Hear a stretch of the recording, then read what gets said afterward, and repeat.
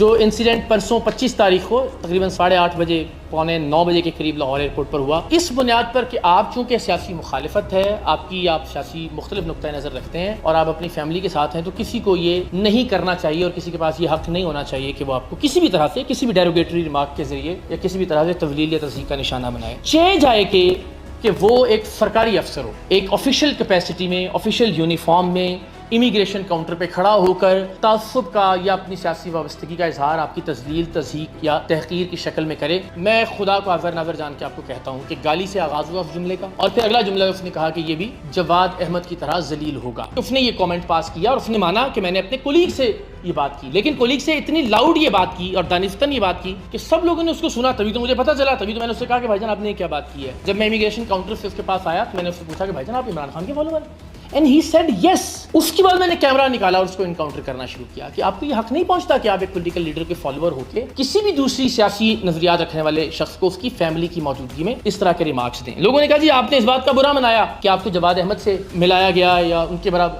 ہرگز نہیں۔ جملہ یہ تھا یہ بھی جواد احمد کی طرح ذلیل ہوگا۔ جواد احمد میرے لیے عمران خان سے 1 کروڑ گنا زیادہ قابل احترام اور زیادہ قابل عزت انسان ہے۔ آپ نہ تو انہیں ذلیل کہہ سکتے ہیں اور نہ ہی انہیں ذلیل کہتے ہوئے کسی اور کو ویسی ضلالت کی خبر یا وعید سنا سکتے ہیں۔ میں پوری دیانتداری سے اور صدق دل سے یہ سمجھتا ہوں کہ جواد احمد صاحب میرے لیے اور اس ملک کے ہر آدمی کے لیے عمران خان صاحب سے 1000 گنا زیادہ قابل احترام اور قابل عزت ہونے چاہیے، اس لیے کہ جواد احمد نے کبھی کسی ڈکٹیٹر کو ووٹ نہیں دیا، جواد احمد نے کبھی کسی جرنیل کو جمہوری اور سلجھا ہوا نہیں کہا، جواد احمد نے کبھی بھی کسی جرنیل کو ایکسٹینشن نہیں دی، حکومت جانے کے بعد بھی تیسری بار ایکسٹینشن کی پیشکش نہیں کی، جواد احمد نے کبھی جرنیلوں کے اور اسٹیبلشمنٹ کے تلوے نہیں چاٹے، ان کی تعریفیں نہیں کی۔ جواد احمد کی ذاتی زندگی کے حوالے سے بھی اگر آپ دیکھیں تو جواد احمد نے کبھی اپنی بیٹی کو ڈس اون نہیں کیا، جواد احمد نے کبھی کسی کے گھر جا کے اس کی فیملی پر نظر رکھتے ہوئے 5 بچوں کی ماں کے ساتھ جو ہے وہ طلاق دلوا کے شادی نہیں کی ہوئی۔ تو ذاتی اعتبار سے، نظریاتی اعتبار سے،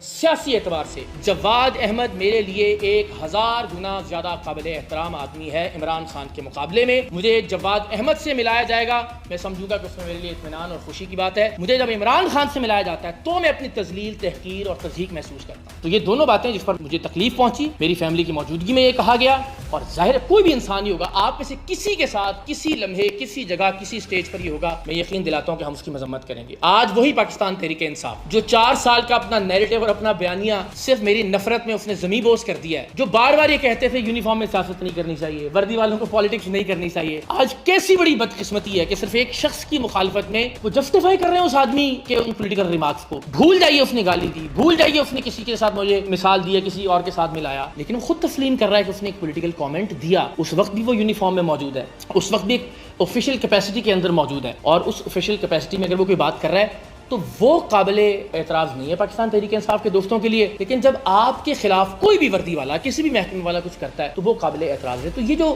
دو رنگی ہے، یہ جو منافقت ہے، میں سمجھتا ہوں کہ یہ منافقت بھی اس چھوٹے سے انسیڈنٹ کی وجہ سے ایکسپوز ہو گئی۔